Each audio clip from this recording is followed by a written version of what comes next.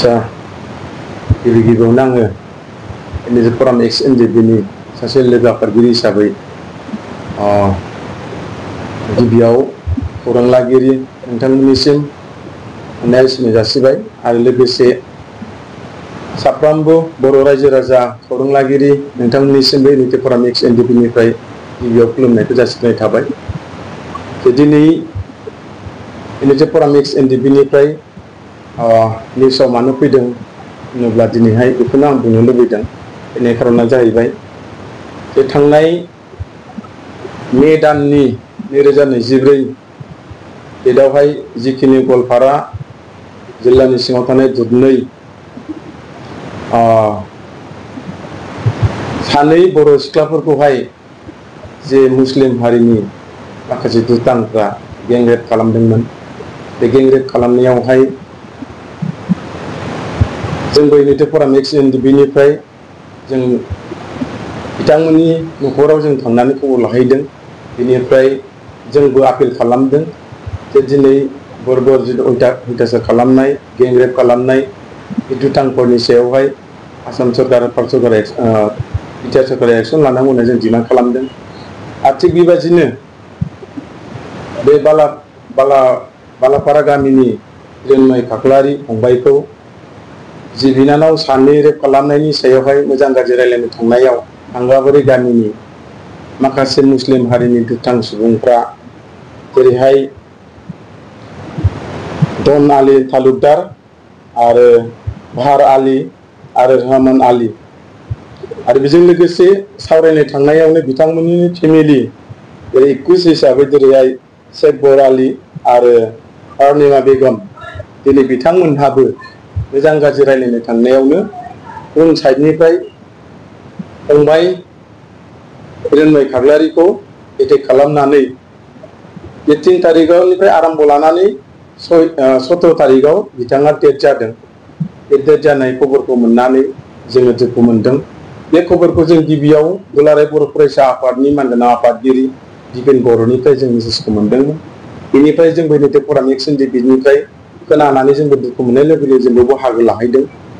बेनिफ्राय बाहागो लाखांनायनि उनावहाय दुलाराय बर' फरायसा आफादनि आरोबाव मोनसे खावलायनाय 27 तारिख मे दुधनैनि थानानि साखाथियावनो टाउननि सिङावनो मा होनो पाब्लिक प्लेग्राउन्डआवहाय धर्नाजों लोगोसे 2 घन्टा मा होनो मास रिलि खालामदों, थाबायनाय लादों। बे हाबाफारियाव जों एनएजे फराम एक्स एनडिपिनिफ्राय बाहागो लानानै जोंबो आसाम सरकार आरो बिटिआर सरकारखौ दिनैहाय जोङो जाय भिक्टिमाइज फेमिलि फंबाय हिरण्मय खाख्लारिनि थाखाय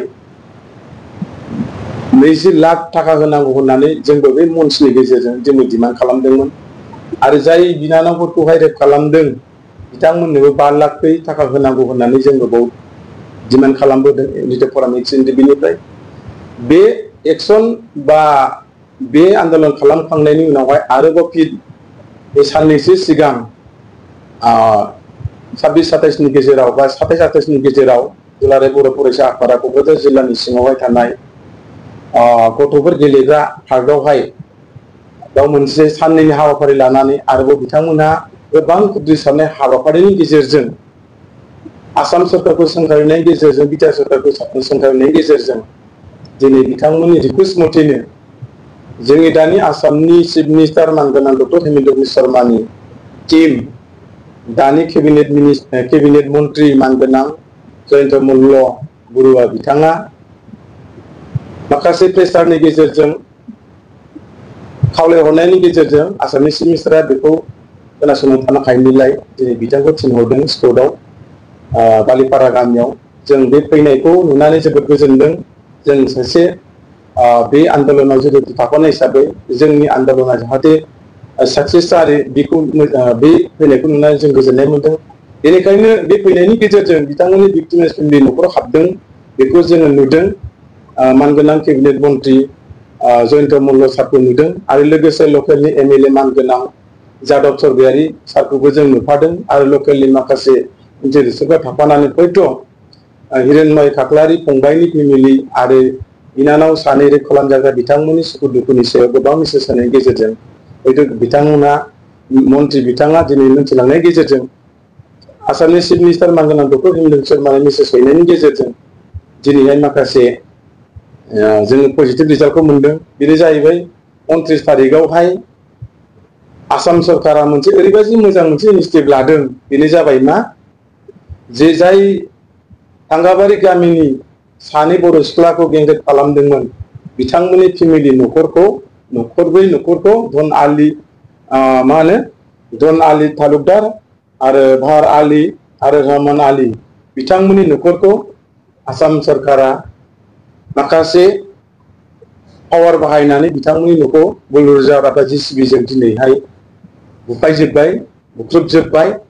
दा बेखिनिखौ नुनानै दिनै जोङो आसाम सरकारखौ इउनाइटेड फराम एक्स एनडिपिनिफ्राय जोङो बे इनिशिएटिभ लानायनि थाखाय जोबोद जोङो मानगोनां डक्टर हिमन्त शर्मा सारनिसिम जोङो इउनाइटेड फराम एक्स एनडिपिनिफ्राय जों धन्यबाद होदों आरो मानगोनां केबिनेट मन्त्रि जयन्त मल्ल सारनिसिमबो बेखिनि दुखु खस्थ' खालामनायनि गेजेरजों जोंनि भिक्टिमाइज फेमिलियाव फैनानै बेखिनि मदद होफैनायनि थाखाय जों आरो जयन्त मल्ल सारनिसिमबो इउनाइटेड फराम एक्स एनडिपिनिफ्राय जों रोजा रोजा साबायखर होदों। आरो बेजों लोगोसे 27 तारिख 2 घन्टा धरनायाव दुलाराय बर' फरायसा आफादनि दैदेननायनि गेजेरजों बे धरनायाव जेसेबांनाखि बै गवालपारा ओनसोलाव थानाय जेसेबां जाति जन'गोष्ठी हारिफ्रा बाव बाहागो लादोंमोन, दरं ओनसोलाव बाहागो लादोंमोन, बेवहाय गोबां आफादफ्रा मोनसे मेम'रेन्डामाव बयबो सहि होदोंमोन, सिगनेसार होदोंमोन, डिमान्ड खालामफादोंमोन। दिनै बिथांमोनखौबो दिनै जों बर' हिसाबै जों दिनै बिथांमोनखौ धन्यबाद होगोन। दिनै ट्राइबेल हिसाबै दिनै बिथांमोनाबो बिनानाव सानैनि थाखाय हिरण्मय खाख्लारि फंबायनि थाखाय दिनै गोबां दुखु खस्थ' लाफानानै आसामनि चिफ मिनिस्टारनो जों मोनसे मेम'रेन्डाम गथायदों। बे गथायहरनाय बिथांमोननि बिहोमा दं। बेनिखायनो बिथांमोननिबो बे मदद खालामनायनि थाखाय इउनाइटेड फराम एक्स एनडिपिनिफ्राय बिथांमोननोबो जोङो बाहागो लानायनि थाखाय रोजा रोजा साबायखर जासिनाय थाबाय। आरो बेजों लोगोसे आं दिनै नैखौ बुंफानो सानदों, दिनै आसाम सरकारा दिनै जिखिनि कालप्रिट धन आली तालुकदारमोननि न'खरखौ जेबादि मोनसे JCBनि गेजेरजों बुख्रुबजोब्बाय साथाम न'खरब्रै फेमिलिनिखौ, बे खामानिजोंल' दिनै खामानि मावनानै थानाङा आं बेखौनो बुंगोन। जाय जोङो मेम'रेन्डामाव जों लिरदों हिरण्मय खाख्लारि फंबायनि न'खरखौ सोलिनो थाखाय बिथांनो 20 लाख थाखा होनांगौ होननानै जों डिमान्ड खालामदों। जाहाथे बेखौबो आसाम सरकारा मानगोनां डक्टर हिमन्त शर्मा सारा बेखौबो जाहाथे एरायनानै थाङा, बिनि थाखाय जाहाथे सारा अनसुंथाइखौ होयो। बेखौबो जों इउनाइटेड फराम एक्स एनडिपिनिफ्राय बा बर' माहारिनिफ्राय जानानै जों खावलायनाय थाबाय। आरोबाव सानै बिनानाव जाहाथे रेप खालामजानाय बिनानावफोरनि थाखायबो जोङो 5 लाखै जोंहाय धरनानि गेजेरजों मेम'रेन्डाम हरदोंमोन। बिनानावमोननि थाखायबो जाहाथे आसाम सरकारा बे 5 लाख थाखाखौ जाहाथे होयो थाबैनो। जों बेखिनिखौ आरोबाव जुदि मोनगोन बेखौ जों मिजिंथिबाय। आरो जुदि मोनोब्ला जों आरो आसाम सरकारखौ आरो मा रावजों बुंनो, बेखौ जों इउनाइटेड फराम हिसाबै जा बुंनांगौ जेबो गैया। बेनिखायनो आसा मिजिंथिदों इउनाइटेड फरामनिफ्राय आसाम सरकारा बेखिनि खामानिनि थाखाय धन्यबाद थादों। आरो इयुनाव जोंनि बर' हारिनि जेरै दुलाराय बर' फरायसा आफाद बिथांमोनखौबो आं खावलायगोन, जिखुनु समाव बर' माहारिनि खैदां खैफोद बिपद आफद बिथांमोना मोनसे निउट्रेलाव थानानै गेजेरनि जानानै जाहाथे बिथांमोना बर' हारिनि जिखुनु समाव अलखदाव सिगांग्रोनानै बर' जातिनि गासैबो गोहोम गोथौखौ लानानै जाहाथे खालामनो हायो मोजां गाज्रिनि थाखाय। बेवहाय बिथांमोना जुदि लेगेल जुदि सैथो थाङोब्ला इउनाइटेड फराम एक्स एनडिपिनिफ्राय अरायसमबो जों बाव बाहागो लागोन। बेखिनिखौ जों दिनै नोंथां दुलाराय बर' फरायसा आफादनिसिम मेसेज हरबाय। आरो बर' रायजो राजा नोंथांमोननिसिमबो इउनाइटेड फरामनि जानानै बेखिनि मेसेजखौ जों हरनाय जाबाय।